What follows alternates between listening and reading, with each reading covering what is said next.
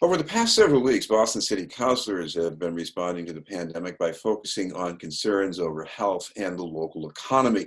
Among the areas of concern for our guests are nursing homes, access to grief counseling, and the financial burdens for businesses that rely on delivery services. We'd like to welcome City Councilor at Large, Michael Flaherty. Thank you very much for being with us, Councilor.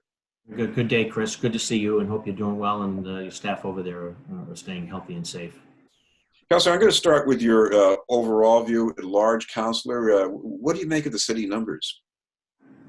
From our vantage point, when this first started, over 11,000 folks having been confirmed with COVID, and about right now, as of this morning, 533 folks having lost their lives. Staggering numbers. Never did I envision a situation like that when this thing first started out. That said, just want to send condolences out to residents of our city who have lost a loved one due to COVID, or have lost a loved one maybe not due to COVID, but hasn't been able to grieve and give their loved one an appropriate send-off, and/or to be there with them in their waning moments before they passed. It's been sort of a case of first impression, not just in the grieving and mourning stage, but also for our city. We're playing offense and defense at the same time. Have to credit the mayor and his team, and also my colleagues. We're on the phone every day, working together for the residents of the city of Boston to try to make sure that we're connecting folks to resources, and we're fielding those day-to-day issues and questions and problems, despite the fact that we're working remotely. We're not in City Hall on a regular basis. So it's been challenging at sometimes, Chris, but I know that between the technology that we're using, whether it's Zoom or webinar or Fuse, a lot of work is being done on behalf of the residents of the city of Boston. So I'm proud to be a member of the council, proud to be working alongside of the mayor and his team as we're dealing with the case of first impression. And there's learning lessons every day, where the decisions are being made daily, hourly, or even by the minute. These are decisions that will help us in the event, God forbid, this thing ever comes back again. So again, challenging, staggering numbers. We're not out of it yet, Chris, unfortunately. There's still a little ways to go, but as we start to find ways to open back up and to get our economy back on track, to get businesses back on track, to get people back to work and folks back to school, I think we're going to be dealing with sort of a new norm, and those protocols are being and guidelines are being put together as we speak. Well, one thing that must have hit very hard in your neighborhood in South Boston were the 10 deaths reported a couple of weeks ago at the Marion Manor nursing home. This is a real neighborhood institution. So how did that resonate in South Boston? It's Chris. Obviously that hurts, and we had some help there. We had reached out to the folks that run the Manor, the Carmelite Sisters. We were able to connect them to the National Guard to get some testing. I learned this morning that in total, 104 patients and residents of the Marion Manor have contracted COVID-19, and 17 folks have passed away. And we're now learning that almost half of the staff, our very important critical healthcare workers, have tested positive.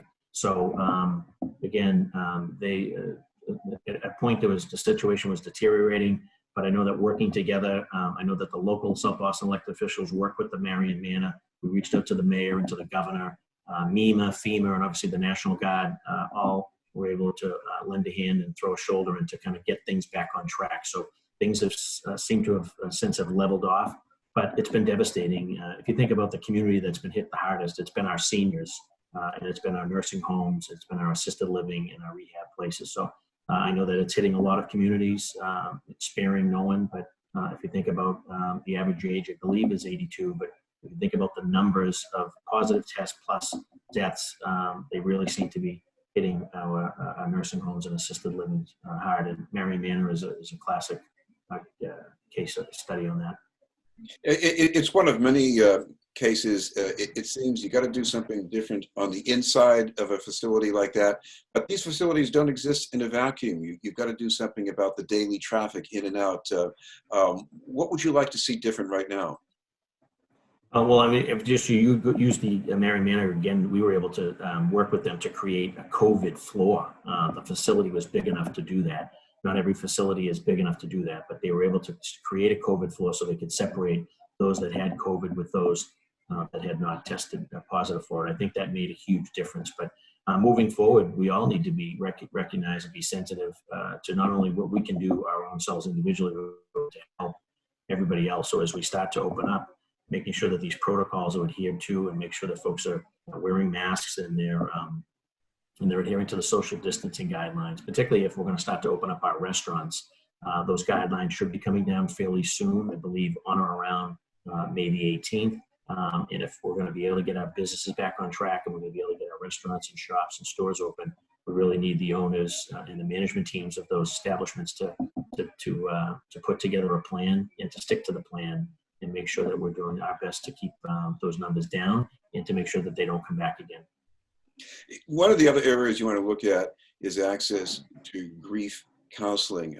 I know that has to be handled differently for people who succumb to COVID-19, but this is really for any death from any cause, because right now we can't have wakes and funerals the way we used to do. What about stepping in to fill the void with that?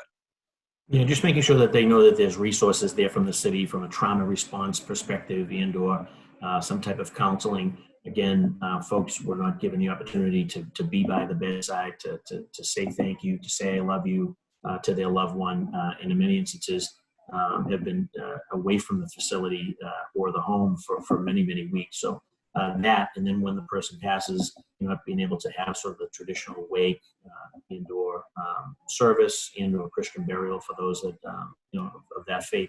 So there's been a number of challenging hurdles that folks had to deal with in addition to losing a loved one. And again, it's a case of first impression. So so our thoughts and prayers are with all of those folks, and if there's anything that we can do as a city, connecting individuals and loved ones to resources around grief counseling, around trauma, we're happy to do that. And folks can feel free to call my office at 617-635-4205.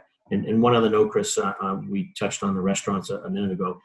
We learned from the restaurants that the delivery services were charging exorbitant fees. So we're going to have a hearing this Friday at 12:30. We're going to bring all the stakeholders in. I know a lot of our restaurants have really taken it on the chin, but they've also been doing their part. They've stepped up. They've partnered with a lot of our communities. They've been preparing meals for our seniors and for shut-ins and for our shelters and for our recovery homes. So they've really been doing their part. We're learning that the delivery companies weren't necessarily doing their part. They continue to put big fees on the delivery. So we're hopeful that at 12:30 we're going to have a city council hearing and bring in the delivery service companies, bring in the restaurants, and let's try to make some sense of a shared sacrifice here. If the restaurants are going to open up and they're going to provide food and meals for folks, and those meals need to be delivered in the new norm, if you will, then we need the delivery companies to kind of meet us halfway and to have some type of fee structure that makes sense, so that obviously they can earn a little bit on their end, for their driver and for the maintenance and repair and fuel for their vehicle, but that they're not going over the top and doing any of like this so-called surge pricing. We want to make sure that it's fair, it's reasonable, and that they're helping restaurants get the meals to the folks that call them and need them and who order them. So hopefully we'll resolve that this Friday at 12:30. As the state moves towards reopening, I'm trying to picture all these neighborhood business centers with sidewalks repopulated, businesses more active, and that also means more challenges for keeping distance. Even thinking in terms of Broadway in South Boston, does something need to be done to provide more room for people to circulate safely?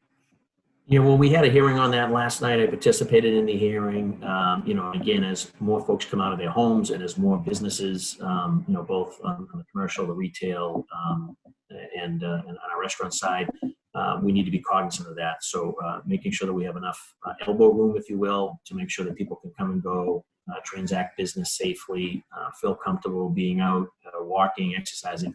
So if that means sort of identifying ways and areas where we could widen, the sidewalk in curb space, and/or if there are streets that potentially are available to open up as walkways, that should be on the table as well. So we had a very good hearing last night to identify whether or not we need to do this, and if so, where are the areas. So I would obviously be supportive of that. The interesting thing, Chris, that we're going to probably encounter real soon is when we do open back up. I know a lot of folks that generally take public transportation that have already told me that they're not going to take it.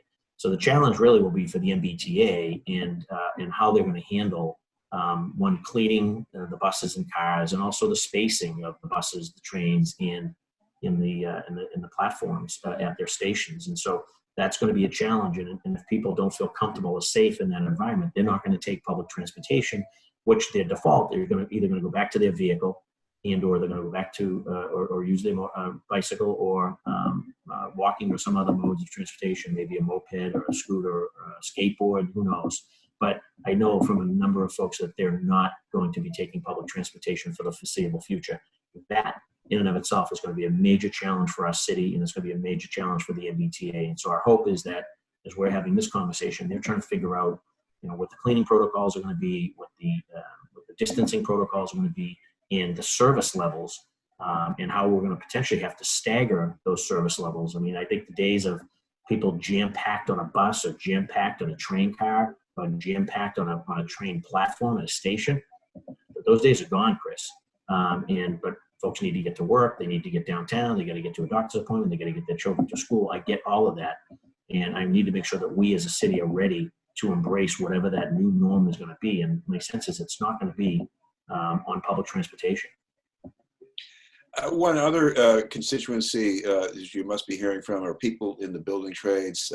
Imagine a lot of them desperately want to go back to work, but a lot of them are also very concerned about the conditions and their exposure to risk as far as COVID-19. What are you hearing from them?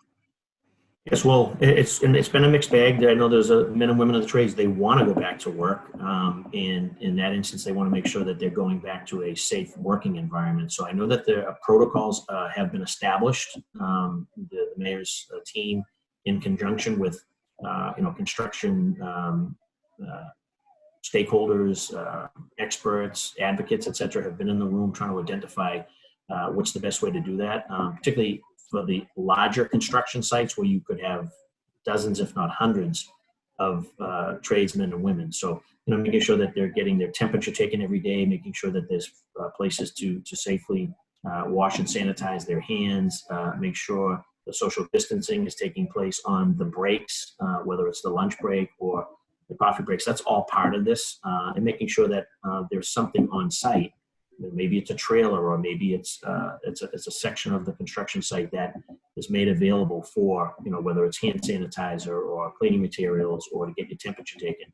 I think those guidelines need to be there when the green light comes on for construction. But they're not alone. It's pretty much any sector, not just the men and women in the trades and construction, but any business that's coming back to work. If a restaurant's going to open back up, or a retail place going to work, those workers, they need to make sure that their employer is protecting them and putting the necessary safeguards in, as well as protecting the patrons. That's the only way this is going to work, Chris, as we move forward and as we open up in phases. So never thought we would be having this conversation, Chris, but we are. And I think folks, everyone needs to take some personal responsibility to do their part and to be patient. You saw over the weekend, there was an ice cream shop had opened up and it just got a little out of control. People were kind of cooped up, and people really need to recognize that moving forward, it's going to require sort of shared sacrifice, some personal responsibility, and most importantly, some patience till we figure this out. And our hope is that we're going to continue to learn. We're going to learn every day from the decisions that we make, and we'll make adjustments forthwith. But nonetheless, if this ever comes back, we'll be in a good position to be able to address it in the future.